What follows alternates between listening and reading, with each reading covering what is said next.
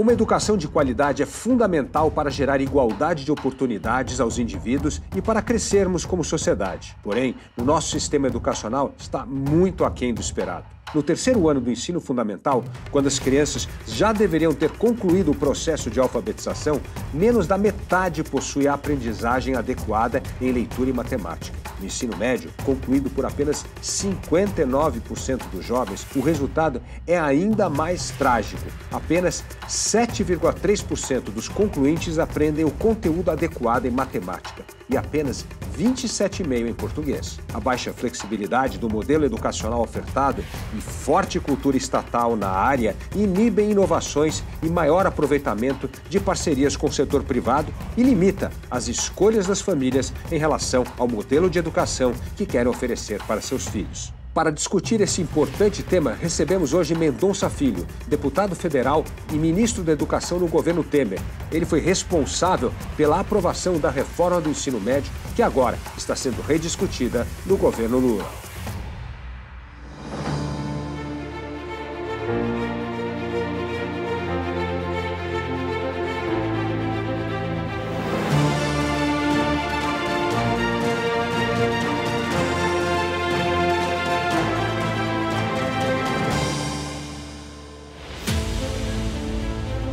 Deputado Mendonça, muito obrigado pela sua participação aqui no nosso programa Panorama, um programa que nós iniciamos aqui no Brasil Paralelo para discutir com profundidade os grandes temas nacionais. E a ideia é justamente trazer especialistas para que você conheça com maior profundidade os grandes temas nacionais e quais são as soluções para o Brasil resolver esses imbróglios que atrapalham o progresso da nação.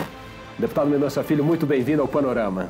Obrigado, Felipe. Prazer grande aqui estar na estreia do seu programa, batendo um papo e uma conversa boa sobre educação. É isso aí. É a base da transformação de qualquer sociedade, qualquer nação. Com certeza. E você tem já um grande feito na sua carreira. Conseguiu tirar do papel a reforma do ensino médio quando foi ministro da Educação no governo Temer e aprovar essa grande reforma que, na verdade, moderniza o ensino médio e permite que o ensino médio agora atenda aos interesses dos jovens e os preparem para suas carreiras na vida. Primeira conta um pouco para as pessoas o que é essa reforma do ensino médio que foi tão importante e que o senhor aprovou na sua gestão no Ministério da Educação. Bom, Felipe, na verdade, a discussão sobre o novo ensino médio, ela tinha, eu digo, pelo menos 20 anos de debates no Brasil, né? Ainda nos idos do então governo Fernando Henrique Cardoso, quando se debatia a Lei de Diretrizes Básicas em Educação e depois as diretrizes curriculares, se discutiu a reformulação do ensino médio, que é uma etapa fundamental na formação de jovens em qualquer país do mundo, e não poderia ser diferente no Brasil. Quando eu assumi o Ministério da Educação, convidado pelo presidente Temer, montei uma equipe, modesta parte, muito qualificada, trouxe inclusive de São Paulo a minha secretária executiva, Maria Helena Guimarães Castro. Maria Inês Firni foi para a presidência do INEP, e na interação direta com think tanks, ONGs vinculadas à área da educação, acadêmicos, ex-secretários, o próprio CONSED, a gente tinha um leque de assuntos que já existiam no debate da educação brasileira, como a questão da alfabetização, política de formação de professores, e dentre esses vários assuntos existia o vácuo, o espaço de debate sobre o novo ensino médio. Eu até indaguei à época a Maria Helena quão importante e qual seria a viabilidade da aprovação do novo ensino médio naquele período conturbado institucionalmente e politicamente do governo Temer, pós-impeachment, enfim, tudo que a gente acompanhou e sabe do ponto de vista histórico. E Maria Helena disse a mim, Mendonça, é um assunto extremamente relevante, vários ministros tentaram, mas eu te diria que se você usar demais, pode ser que você não se sustente no cargo. E aí eu tenho como princípio de vida o seguinte: desafio, e particularmente na vida pública, existe para ser enfrentado. Então, se a gente tem um projeto que vem ao encontro da necessidade de mudança estrutural na realidade de vida da nossa população, sendo ministro, sendo alguém numa posição de destaque, você tem a obrigação moral e ética de liderar esse processo. E aí eu decidi apresentar ao presidente Temer a proposta numa discussão que foi bem ampla, depois levando ao Congresso via medida provisória e foi aprovada. O que é que estabelece do ponto de vista de princípio? Primeiro, a gente sai das amarras de um ensino médio que era único no mundo, com 13 disciplinas obrigatórias, para um modelo flexível, onde 60% do conteúdo respeitava e respeita a chamada Base Nacional Comum Curricular, os currículos conectados com a Base Nacional Comum Curricular, que nasceu a discussão ainda nos governos do PT, e 40% com itinerários formativos diversificados que possam dialogar com os sonhos, com os projetos de vida dos jovens e também ofertando ampliação de educação técnica, que é uma das maiores deficiências do Brasil. O Brasil tem 10% das matrículas em educação médio e técnica concomitante, enquanto a média da Europa é de mais de 50%. Então, essa é a proposta. E nós incluímos aumento da carga horária de 4 horas para 5 horas diárias, como o mínimo necessário, e também uma política de indução à educação em tempo integral, que nós tivemos um êxito formidável em Pernambuco, no início dos anos 2000, e que hoje, graças a Deus, boa parte do Brasil, todo o Brasil, pratica a partir da nacionalização da política de educação em tempo integral. Então, educação em tempo integral, aumento da carga horária, flexibilidade curricular, educação técnica e valorização do itinerário formativo de acordo com os sonhos e os projetos de vida dos jovens. Em síntese, essa é a mensagem, esse é o conteúdo básico da reforma que foi aprovada e que está no início da sua implantação, porque a gente teve um prazo de transição de 5 anos que expirou em 2022 e a partir de então a gente está livre para implantar em cada rede estadual pública e privada. Deputado, vamos tocar em 3 pontos que você tocou aí, que é fundamental para explicar para as pessoas a importância dessa reforma, né? O primeiro o Brasil é o único país do mundo que não tem ensino tempo integral. O mundo inteiro, quando você fala em educação, você tem ensino integral. Só aqui que você tem meio período de ensino e acha que isso é educação. Então, o primeiro é alinhar as nossas práticas educacionais com as práticas do resto do mundo, que há de melhor. Segundo ponto, o senhor falou primeiro aqui nessa base comum curricular, nas matérias obrigatórias. Nas matérias obrigatórias, vamos lembrar que matérias obrigatórias são essas. Tem português, tem matemática, tem ciências e tem o que a gente chama de estudos sociais, não é isso? Na verdade, os conteúdos da base curricular absorvem, e eu diria, recepcionam tudo que historicamente conhecido como matérias. História, geografia, física, biologia, química, matemática, português, etc. Então, o conteúdo, do ponto de vista de divisão em matérias que existia no modelo anterior de ensino médio, ele é absorvido pela base curricular. Evidentemente que essa base nacional comum curricular, ela obedece a uma lógica de aprendizagem, de objetivos de aprendizagens que sejam adequados ao conteúdo mínimo que um jovem precisa aprender. O que é que sempre existiu no Brasil, infelizmente, é que você tinha um leque extremamente amplo, que era enciclopédico para os jovens brasileiros, chato, porque muitos diziam, isso aqui eu nunca vou usar na vida. E o básico, a aprendizagem no Brasil nunca se conseguiu alcançar. Você citou na introdução do programa o desempenho, por exemplo, em matemática, que é de 3% a 7% de aprendizagem básica em matemática depois do 3º ano no Brasil. 30% em português. Ou seja, isso é um desastre completo social e uma limitação para que esses jovens possam emergir do ponto de vista de acesso ao mercado de trabalho, renda e formação intelectual. Quem não aprende adequadamente português, ele não vai ter condição de aprender história, geografia ou qualquer outro conteúdo. E quem não tem um raciocínio lógico a partir da matemática, evidentemente vai agregar também deficiências importantes ao longo da sua formação humana e profissional. Ou seja, a primeira virtude dessa reforma do ensino médio é enxugar o número de assuntos, focar naqueles fundamentais para que nós possamos melhorar o grau de aprendizado nesses assuntos básicos, como ciência, matemática, português, que eu estou falando aí. Então, a primeira coisa é focar agora na qualidade, no aprendizado dessas matérias. Sem dúvida. E tornar mais atrativo, porque o ensino médio no Brasil, ele expulsa os jovens. Não há uma identificação. O mundo hoje, onde o conhecimento está disponível nas redes sociais, na internet, de forma muito ampla, ele é muito dinâmico e é muito difícil você, com a metodologia de uma educação do século passado, onde poucos países, ou talvez o único país do mundo ocidental relevante que pratica é o Brasil, você continuar na direção errada. Eu sempre pergunto, quando os críticos vêm, geralmente da extrema esquerda, digo, quando vocês defendem a manutenção do modelo antigo, do velho ensino médio, qual é a referência internacional? Infelizmente, eu posso dizer que o Brasil não é referência em educação para o mundo. Pelo contrário, França, Inglaterra, Alemanha, Espanha, Portugal, só na Europa, Estados Unidos, Canadá, Coreia, todos os países no ensino médio ofertam flexibilidade curricular, formação e itinerários formativos diversos e valorização do protagonismo e do sonho dos jovens. Um jovem que vai fazer engenharia,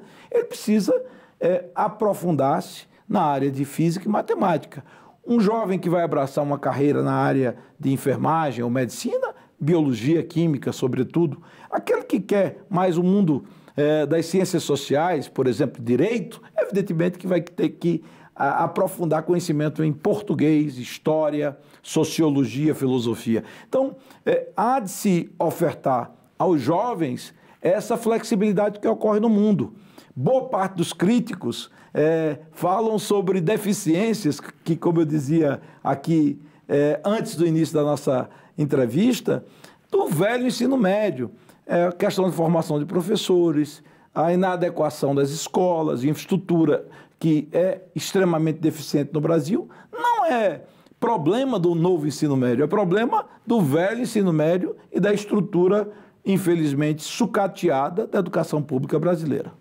Bom, então nós tratamos aqui primeiro dessa importância do ensino médio para resgatar o foco naquelas matérias essenciais que os nossos alunos precisam aprender. Segundo ponto é o que o senhor acabou de tocar, são as trilhas opcionais, que são os cursos técnicos e profissionalizantes. E aí, deputado, nós temos uma enorme resistência nessa cultura do bacharelismo brasileiro de desvalorizar o ensino médio e o ensino profissionalizante, que, como na Alemanha, ensino técnico e profissionalizante é tão valorizado quanto o ensino universitário. E é isso que vai reter esses jovens na escola. Parte de que, nós estamos falando aqui, quase metade dos jovens, 48% dos jovens abandonam o ensino médio, é porque eles têm que estudar 13 matérias que eles acham que não tem nenhuma aplicação para a vida deles e não tem ali um espaço para esse curso técnico profissionalizante. E isso o ensino médio traz nessa reforma. Agora, as escolas no Brasil estão preparadas para atender essa demanda pelo ensino técnico e profissionalizante? Infelizmente, na sua grande maioria, não. A resposta é essa.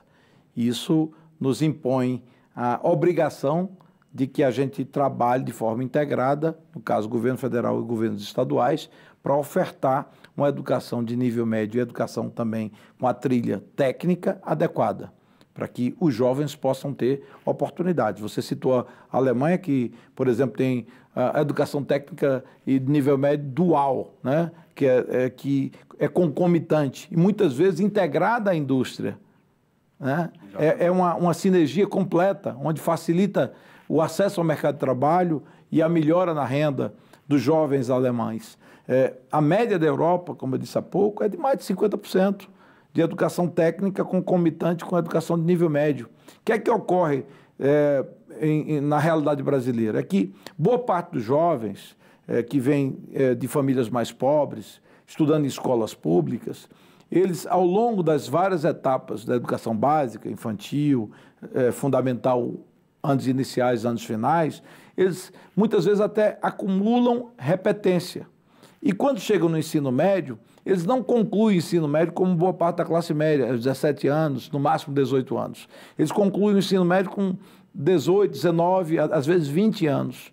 E aí começam a ser obrigados, por contingência da sua realidade social e familiar, pelo pai, pela mãe, diz assim, você já concluiu o ensino médio, então agora você vai trabalhar para ajudar na renda de casa, impedindo que o jovem possa ter, por exemplo, acesso a uma educação técnica. Então é muito mais inteligente você garantir para esse jovem, oriundo de uma família mais simples, mais humilde, que ele possa concluir o ensino médio e ter o acesso à educação técnica. Não há nenhum impedimento que um jovem que seja formado num curso técnico profissionalizante, ele queira seguir uma carreira acadêmica, até para uma universidade, um curso universitário, como ocorre em muitos países europeus ou na Europa, quer dizer, ou nos Estados Unidos ou no Canadá.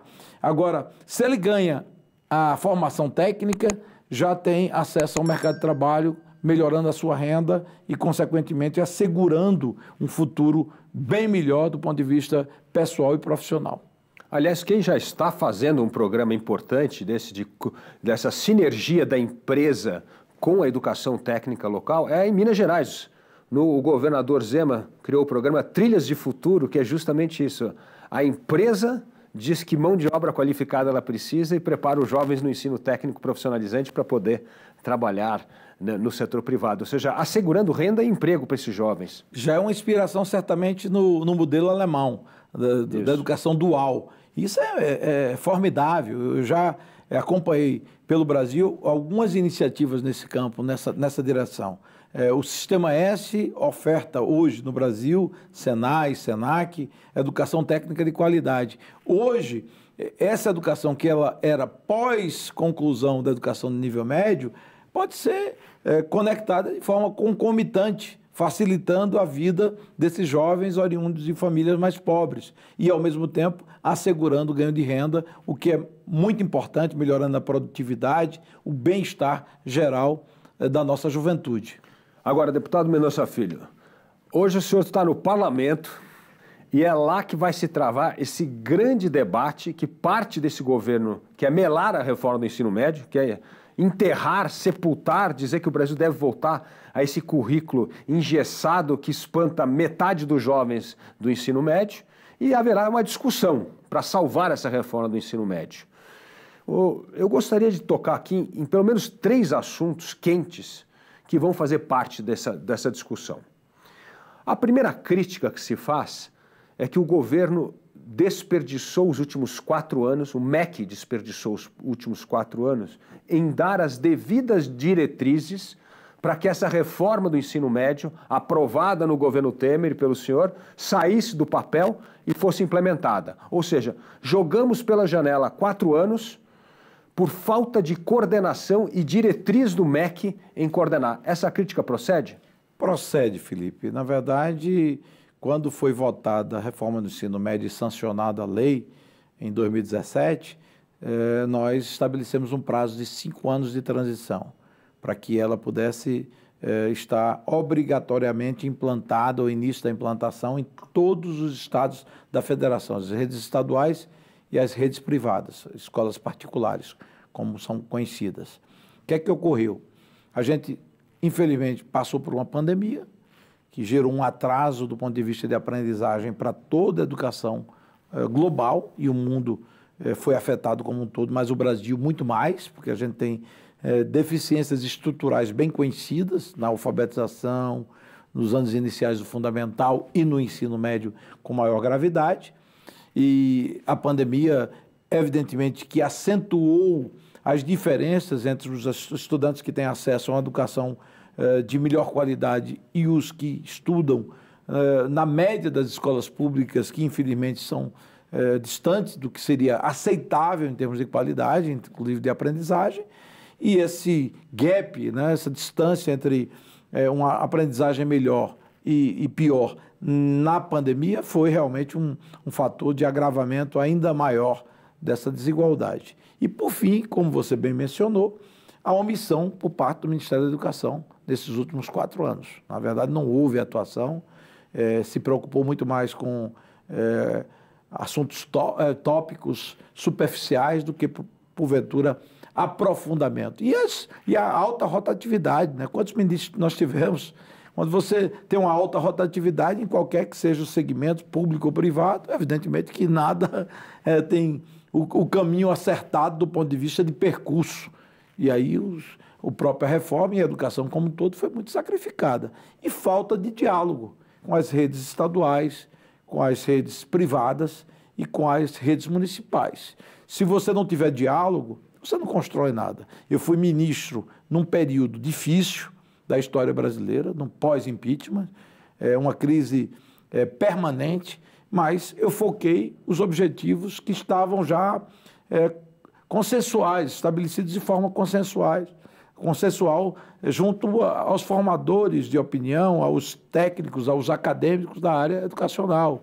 BNCC, Base Nacional Comum Curricular, foco na alfabetização, política de formação de professores com a criação da chamada residência pedagógica, implantação e nacionalização da política de educação em tempo integral e reforma do ensino médio. Só para citar esses exemplos, fora a reforma do FIES, que estava quebrado com um rombo de mais de 35 bilhões de reais, mudanças estruturais e importantes no Enem, e eu poderia aqui discorrer sobre outras modificações. Mas se você não tiver espaço para o diálogo, mesmo na divergência, você não leva a lugar algum. E você tem que tirar aquele embate ideológico exacerbado que prejudica a política pública. Eu acho que a educação é uma área que você tem necessariamente que produzir consensos mínimos, porque quem sai prejudicado quando você tem um embate radicalizado são as crianças e jovens, e elas não merecem isso. E o que o deputado Mendonça Filho vai recomendar para o ministro da Educação, já que perdemos 4 anos? Qual é a nova janela, qual é o novo período que nós precisamos para readequar essa reforma do ensino médio à realidade brasileira? Bom, eu acho que é correr para que você possa recuperar o terreno perdido, né? E o atraso. Eu acho que em política e no setor público, ainda mais, na vida, mas na política isso para mim é um mandamento. A gente tem que ter o chamado senso de urgência. O senso de urgência é um país com tantas desigualdades, com tantos problemas, falta habitação popular, falta acesso a saneamento, infraestrutura básica, falta acesso à água potável para muita gente. Então, quer dizer, os problemas sociais no Brasil são tão graves que se você tiver numa missão pública, você tem que ter, sinceramente, um senso de máxima urgência para tudo. E na área da educação, nem se fala, porque é o grande motor de transformação de qualquer sociedade. Países como Coreia, Japão, Alemanha emergiram como potências, do ponto de vista econômico, a partir da educação.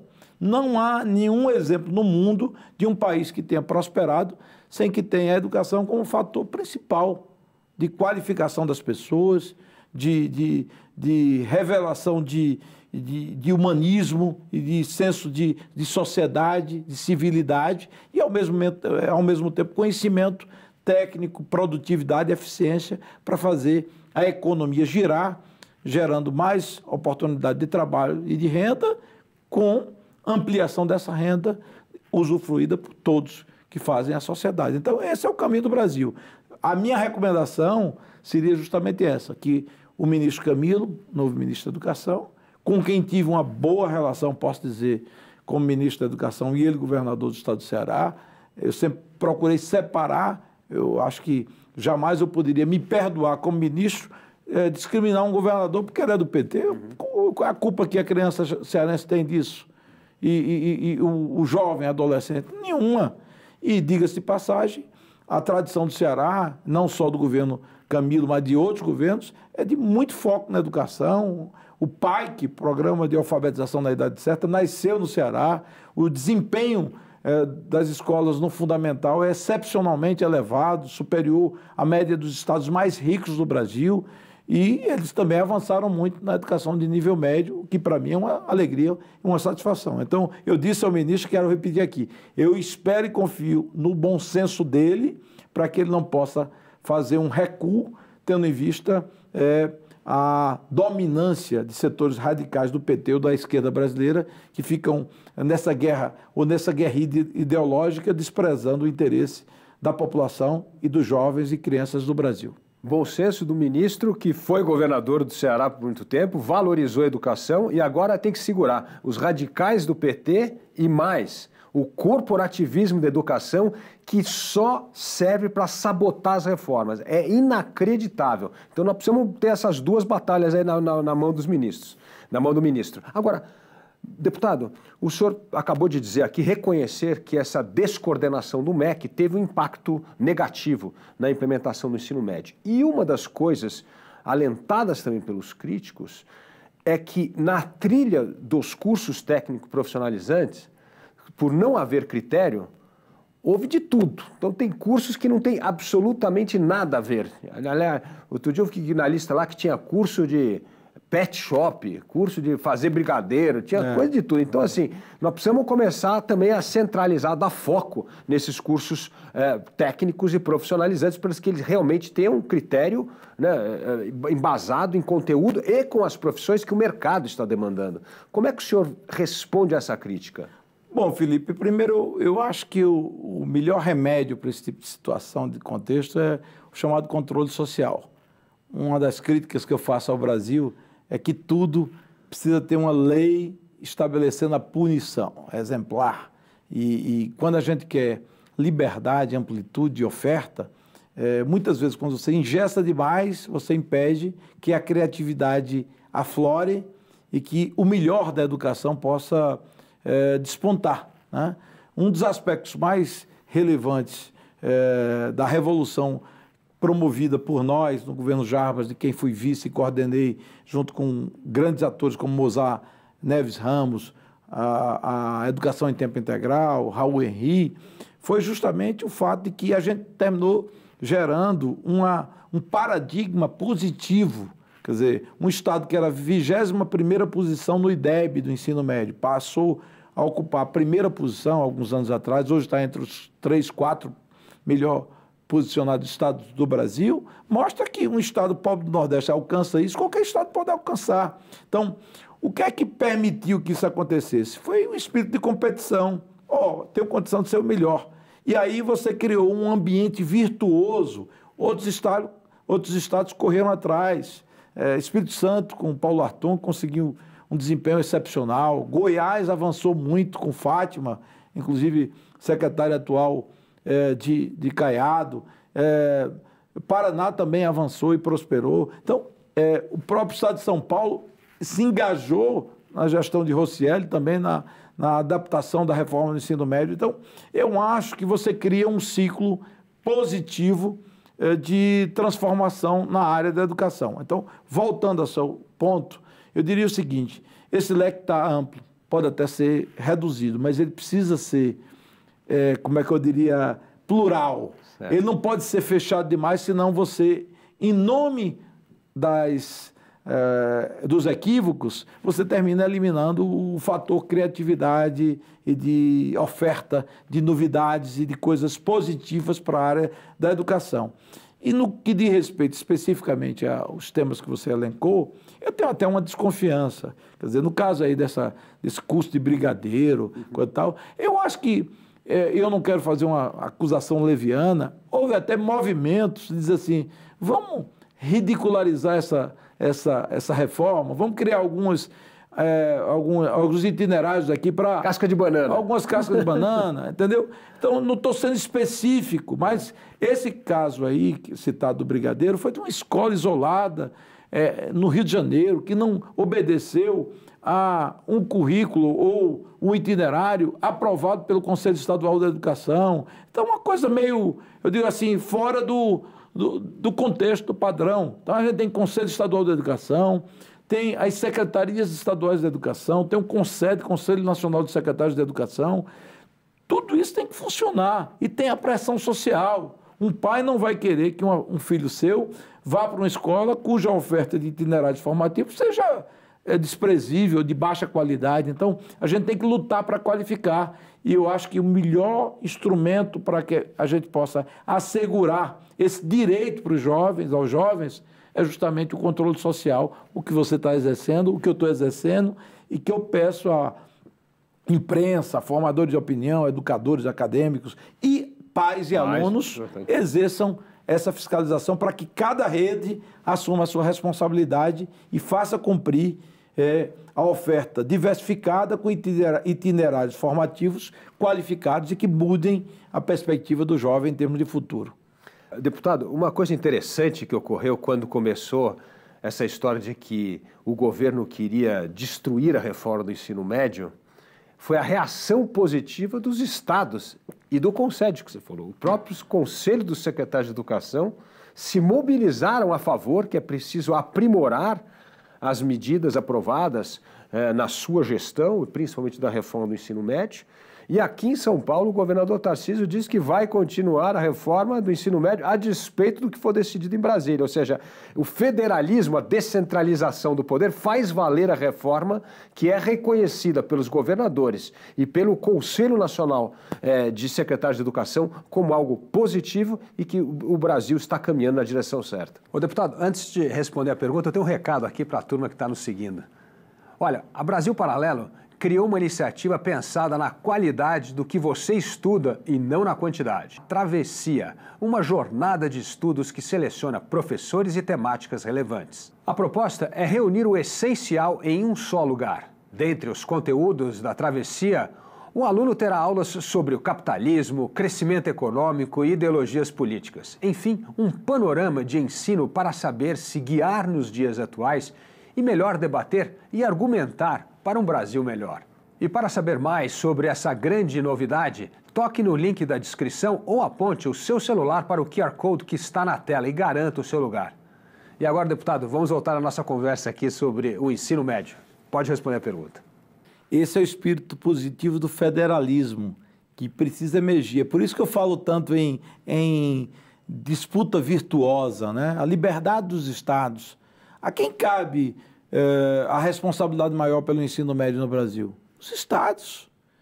A oferta de educação de nível médio, que é com a educação técnica profissionalizante do governo federal, é restrita, muito pequena, diante do quadro geral de ofertas de educação privada e pública, que é majoritariamente dos estados, amplamente majoritária dos estados. Então, quem cabe ter a maior e mais importante opinião são as redes estaduais, que devem opinar por meio dos secretários estaduais de educação, educadores estaduais, conselhos estaduais de educação. Então, eles vieram e, de forma quase que unificada, disseram: não aceitamos isso, vamos manter o apoio à reforma, mudanças são bem-vindas. Eu também não sou daquele tipo de postura, eu não adoto aquela postura de dizer assim: eu não aceito crítica, eu não aceito contribuição, é um modelo perfeito, não há nada perfeito no mundo, né? Então, só Deus. Então, a gente precisa buscar aquilo que a gente pode aprimorar. Agora, também eu posso e devo rechaçar aquela tese de revoga, volta ao passado, e o passado a gente sabe, é o fundo do poço, trágico para os jovens do nosso país. É verdade. Deputado Mendonça, nós temos um outro problema, né? Como não resolvemos bem essa parte de alfabetização das crianças, nós temos bons programas de alfabetização logo ali no Fundamental, depois no Fundamental 2 começa a piorar, e quando chega no ensino médio, nós temos já um baixo grau de aprendizado dessas matérias elementares. E a pandemia agravou esse problema. O que o Brasil tem de fazer para resolver esse problema inicial da base, que é a questão da alfabetização plena das crianças, para que elas cheguem no ensino médio com o conhecimento mínimo de matemática e português? Eu diria até que a análise ela tem que ser até um pouquinho anterior. Educação infantil, creche, né, pré-escola. Você sabe que tem estudos em grandes universidades do mundo, em Harvard, inclusive, Prêmio Nobel de Economia, que indica claramente que os estímulos adequados até 3 anos, na primeira infância de crianças, produz um diferencial do ponto de vista cognitivo, de aprendizagem. Gene Hackman fez um estudo fundamental sobre isso, né? Exatamente. Então, a gente tem que olhar cada etapa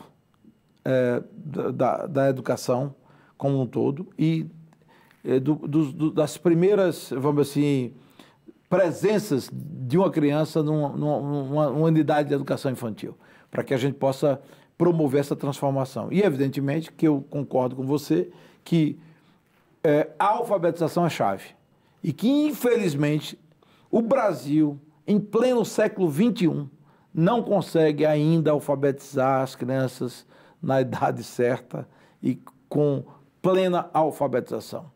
Quando isso ocorre, Felipe, o que é que a gente tem como consequência? É que o acúmulo de deficiências de uma criança depois de alfabetizada ou mal alfabetizada no fundamental, anos iniciais e anos finais do fundamental, será uma coisa que ela vai carregar para a vida. Muitas vezes a criança se depara com a dificuldade de aprendizagem dentro da sala de aula, no fundamental, e pensa que a limitação é dela, de falta de inteligência ou coisa parecida, e não é.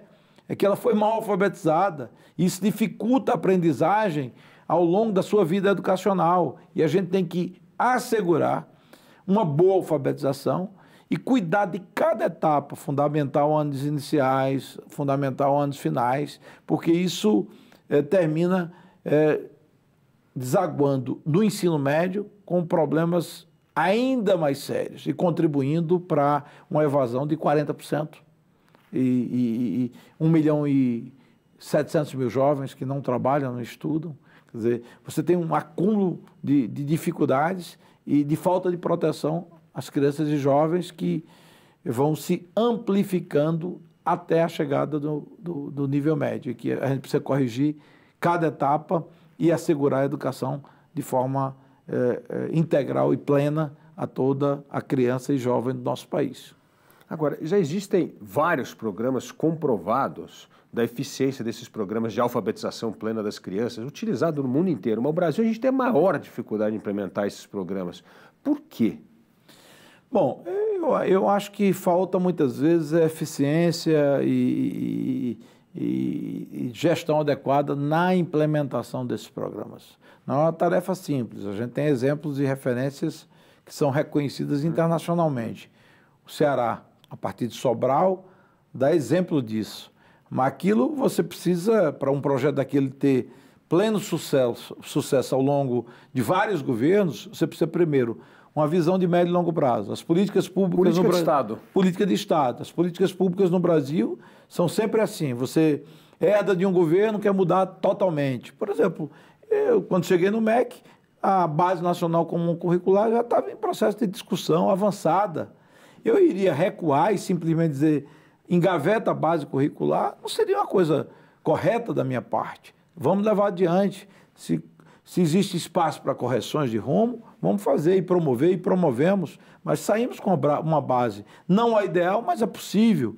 Bem melhor do que a ausência de uma referência curricular que, vamos assim, foi a realidade do Brasil ao longo de anos. Então, há exemplos, e a gente pode replicar, adequando a cada realidade, de sucesso na área da alfabetização. E o interior do Ceará tem vários municípios que desempenharam e desempenham uma qualificação muito interessante, com evidências, acompanhamento, monitoramento e gestão adequada de toda essa estrutura de oferta de alfabetização na idade certa e adequada para as nossas crianças. Deputado Mendonça Filho, toda a revolução na educação no mundo que melhorou a qualidade da educação começou pela valorização da carreira do professor, né? Essa é a alma do negócio da educação, né? E no Brasil, é hoje uma das carreiras mais desprestigiadas no Brasil, ao invés de ser uma carreira que deveria ser a mais valorizada. Como é que nós vamos transformar a carreira do professor nessa carreira tão valorizada e tão essencial para que essa revolução no ensino básico ocorra no país? Bom, um fator determinante é assegurar boa remuneração, né? Profissionais mal remunerados, evidentemente você não vai atrair os melhores profissionais. Então, há de se considerar primeiro uma boa remuneração e modificarmos a estrutura de formação e de acesso à formação dos professores no Brasil. Essa estrutura, eu acho que ela precisa ser repensada e precisa ser reestruturada. Eu não tenho fórmula mágica, mas eu diria que é chave no Brasil que a gente possa investir forte na formação de professores. Lançamos um programa no Ministério da Educação, que é o Residência Pedagógica, que tenha como lógica, inclusive, a experiência da formação médica. O médico, para ser formado, além do conhecimento acadêmico e o conhecimento dentro da sala de aula, ele tem acesso também à formação in loco, né? Eu digo, num posto de saúde, num hospital, numa unidade de saúde.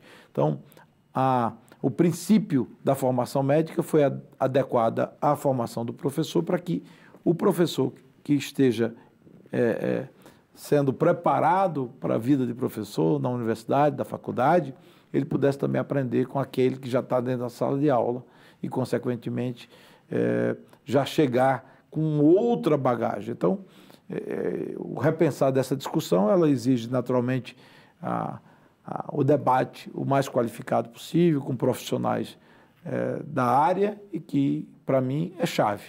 Além da alfabetização, eu diria que política de formação de professores é fundamental para que a gente possa ter um salto qualitativo na educação do nosso país. Aliás, essas outras profissões, vamos dizer assim, engenheiro, arquiteto, ou a questão do médico, é o conhecimento teórico e prático.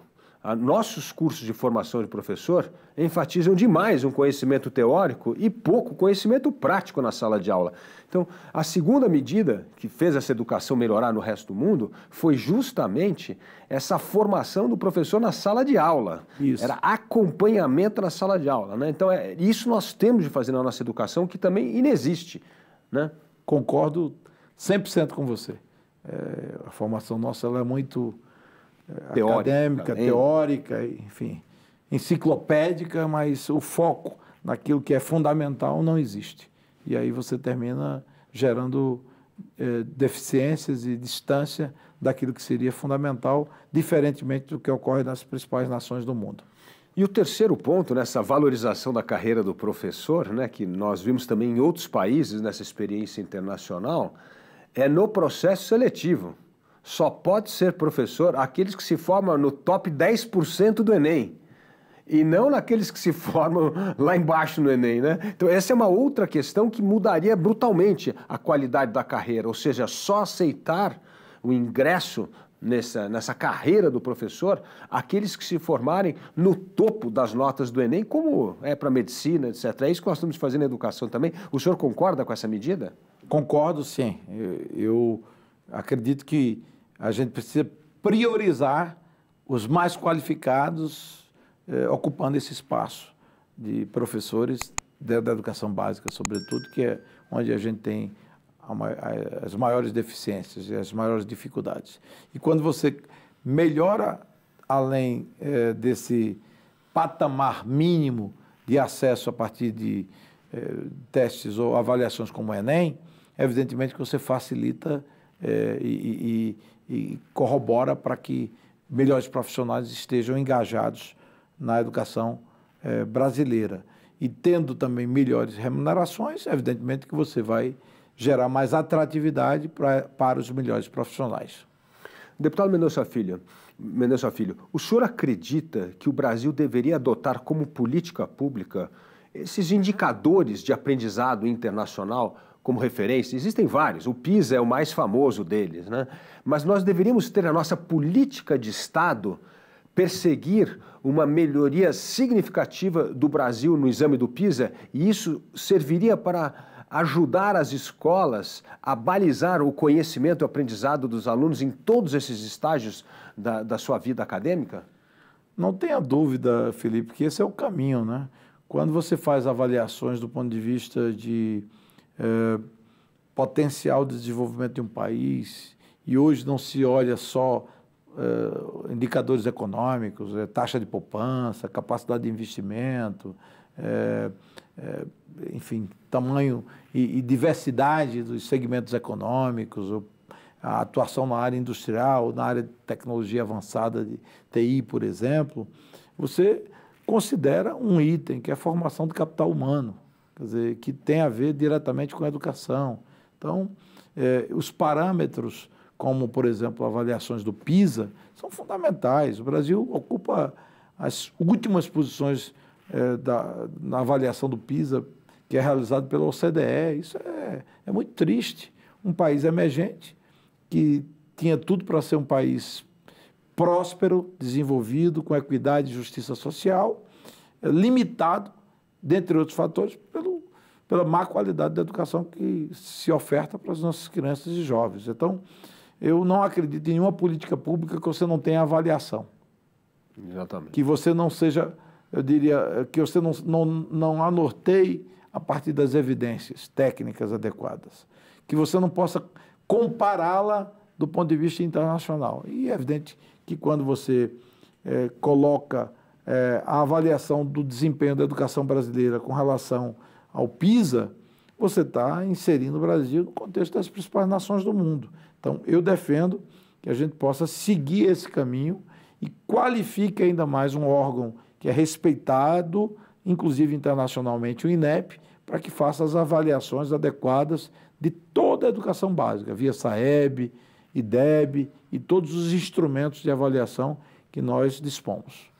Deputado Mendonça Filho, o senhor não acha que essa janela que o ministro da Educação abriu para a discussão do ensino médio pode se transformar numa ótima oportunidade para transformar a política da educação numa política de Estado, mobilizar os governadores, os secretários estaduais, as instituições que trabalham com a educação e blindar isso como uma política de Estado e não deixar que ela seja usada como uma política de governo, principalmente para determinadas categorias do corporativismo? Tenho convicção de que será uma ótima, ou está sendo uma ótima oportunidade para que a gente possa gerar unidade, né? O máximo de unidade possível em torno da educação, que é o caminho para você gerar desenvolvimento, né? Equidade e oportunidade para todos. Então, eu até, assim, de certo modo, imagino que essa discussão sobre o novo ensino médio vai ensejar também um debate até mais amplo para outras políticas públicas que afetam a educação, como já falamos há pouco, a alfabetização, formação de professores, né? As dificuldades nos anos iniciais e finais do ensino fundamental, cuja missão é dos municípios. Então, a gente precisa aproveitar esse momento para formar essa unidade brasileira, essa grande força, ao invés de a gente conviver com tanta gente trabalhando contra o novo ensino médio.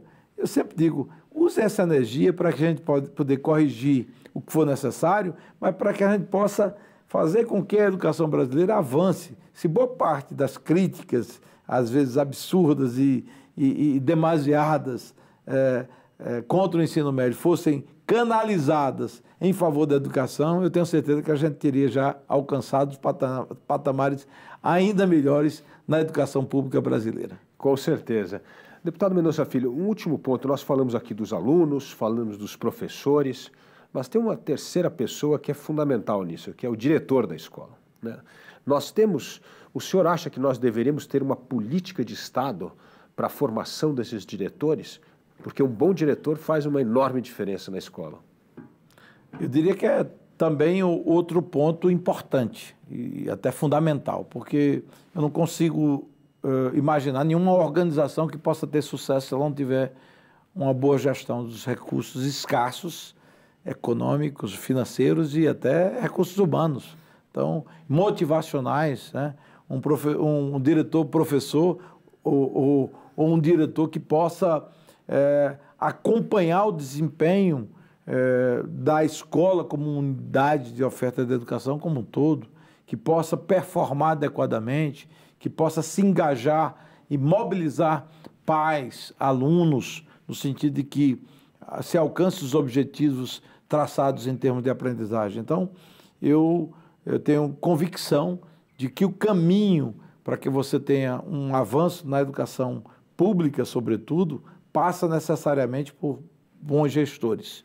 E aí eu fujo um pouco daquele formato de simplesmente eleição direta para diretor, que muitas vezes gera demagogia e gera uma cumplicidade entre aqueles que fazem parte do colégio eleitoral que elege o diretor e o diretor que fica subordinado a um colégio eleitoral específico. Mas também eu critico de forma veemente o uso político, a nomeação a partir de interesses politiqueiros e menores de pessoas que querem transformar a escola num instrumento de interesse pessoal ou eleitoral. Então, há de se ter um processo seletivo de gestores que tenham formação para a área e aptidão, que tenham essa tendência e que possam desempenhar adequadamente a sua missão.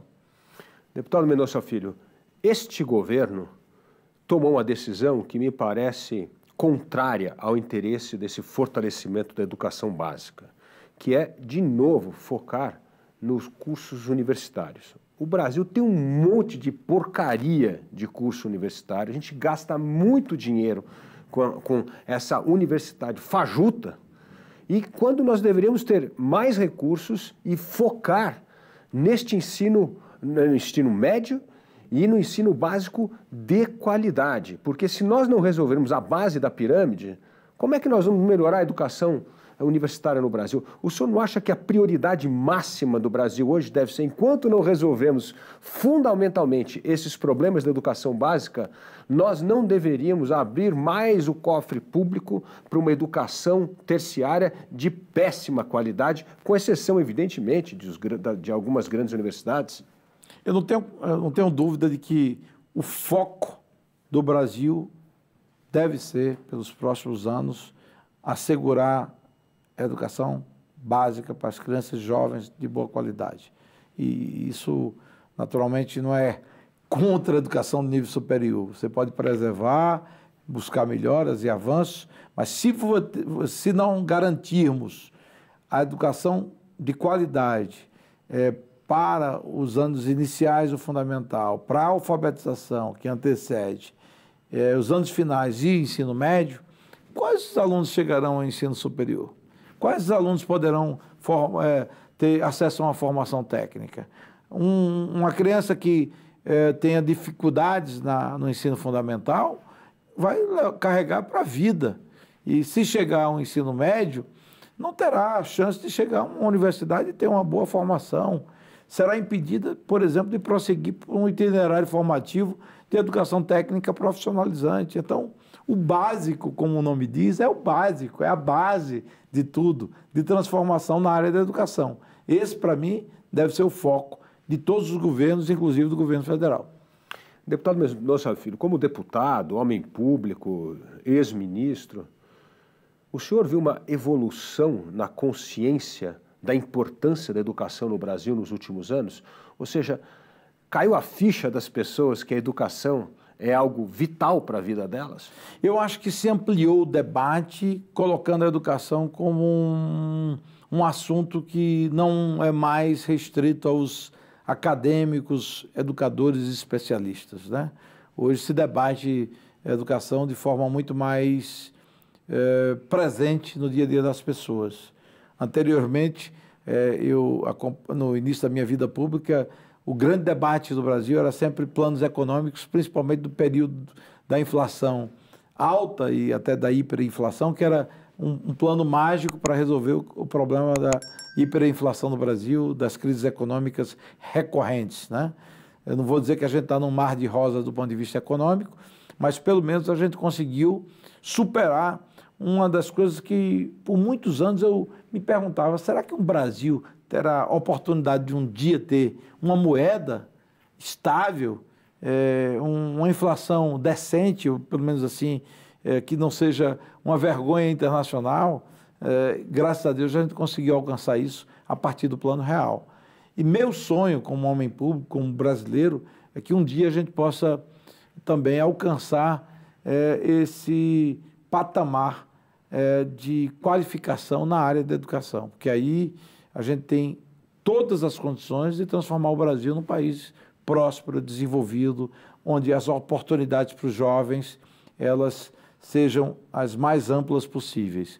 Enquanto não tivermos educação de qualidade para as crianças e jovens do Brasil, infelizmente o Brasil não pode ser um país pleno do ponto de vista de respeito ao nosso povo. Então, esse para mim é um sonho e eu espero contribuir para que ele possa ser realizado. Falando em sonho, deputado Mendonça Filho, para concluir aqui a nossa conversa, nosso ótimo bate-papo aqui no Panorama, se o senhor fosse ainda o ministro da Educação e deixasse lá na gavetinha do Ministério da Educação para o novo ministro Camilo Santana lá, 3 recomendações assim, olha, de um amigo para outro amigo que se preocupa com a educação no Brasil. Quais seriam esses 3 conselhos? Acho que o primeiro conselho sempre, e aí independentemente de dialogar com ele, Camilo, com quem eu tenho uma boa relação e até respeito pessoal, é o seguinte, não inventa a roda, não reinvente a roda, né? As soluções, os projetos estão aí, os consensos estão formados e vamos perseguir os objetivos que toda a academia já definiu como prioritários para a área da educação. Vamos perseguir a alfabetização na idade certa, política de formação de professores, corrigir os erros do fundamental para que a gente possa ter um bom desempenho no fundamental e educação técnica de qualidade com o ensino médio flexível. E, por fim, educação em tempo integral, que você comentou, que eu acho que é algo que deveria ser um objetivo mais amplo para a sociedade brasileira. Você citou um ponto importante no início da nossa conversa, Felipe, que diz respeito à questão do que ocorre na Europa e nos Estados Unidos. Quando você fala na Europa que está ampliando a educação em tempo integral, eles até se espantam. Que novidade, isso aqui a gente pratica há décadas, ou mais de século, e o Brasil ainda está perseguindo isso. E nós temos condições de garantir a todas as crianças e jovens do Brasil educação em tempo integral. Esse é um direito. E educação em tempo integral significa criança protegida, jovem protegido e avanço do ponto de vista de aprendizagem. Então, para mim, esse é o book, esse é o livro de recomendação que eu deixaria para qualquer um que senta naquela cadeira. Muito obrigado, deputado Mendonça Filho. Um grande prazer conversar sobre esse tema fundamental, que é salvar a reforma do ensino médio, melhorá-la, aprimorá-la, para que nós possamos manter os nossos jovens na escola e dar um futuro digno, com carreira, com profissão, porque hoje, como nós sabemos, essa taxa de desemprego entre os jovens é gigantesca, chega a mais de 20%, né? Então, um jeito de fazer com que melhore a produtividade da mão de obra, dê realmente igualdade de oportunidade às pessoas, nós precisamos investir nessa educação básica e o ensino médio certamente é uma área muito importante. Muito obrigado pela sua participação aqui e as suas palavras finais aqui no nosso programa. Felipe, só quero lhe agradecer, mandar um abraço aí fraterno para a Ana, que é uma grande entusiasta da educação, e dizer que vamos aí nos mobilizarmos para que a gente possa ter cada vez mais adeptos, torcedores e mobilizadores, no sentido de que a prioridade do Brasil passe necessariamente pela prioridade para a educação, que é a fonte e a base da transformação do nosso país, que o Brasil há de alcançar esse objetivo. Olha, e antes de encerrar o nosso panorama de hoje, eu queria dar mais um recado para você, um lembrete aqui. A Travessia é a nossa mais nova iniciativa educacional. Ela foi pensada na qualidade do que você aprende e não na quantidade, reunindo aqui o essencial em um só lugar, uma experiência inédita para que você possa se aprofundar em temas de seu interesse e, ao mesmo tempo, ampliar seus horizontes em novos assuntos fundamentais na vida de qualquer pessoa. Toque no link aqui com a descrição ou aponte o seu celular para o QR Code que está aqui na tela e faça a sua travessia. E o Panorama volta na próxima terça-feira às 20 horas. Boa noite para você.